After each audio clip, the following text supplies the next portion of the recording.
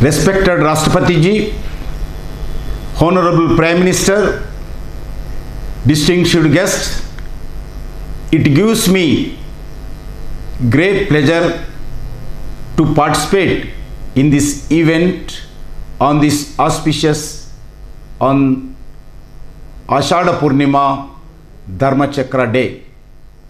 I extend my greetings to all on this occasion of Ashadha Purnima.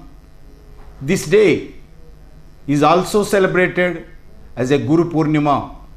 On this day, we pay our respects and express gratitude to our Gurus.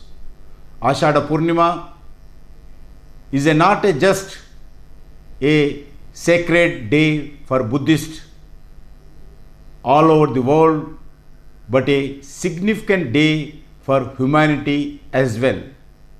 On this day, more than 2500 years ago, Buddha, the teacher, delivered his first sermon at Sarnath to his 5 colleagues who later become his followers.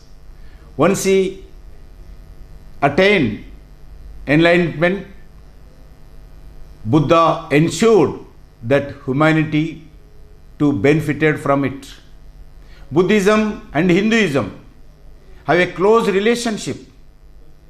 Guru Purnima is also associated with the birth of Vedavyasa, the author of Mahabharata.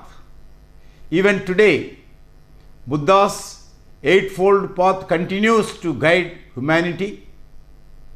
It provides a vision and guidance for world community to peacefully coexist. Buddha's teachings further reinforce the message of Vasudhaiva Kutumbam, the world is one family. I also extend my appreciation to International Buddhist Confederation for organizing this event. The organization has been instrumental in providing a common platform to Buddhists all over the world.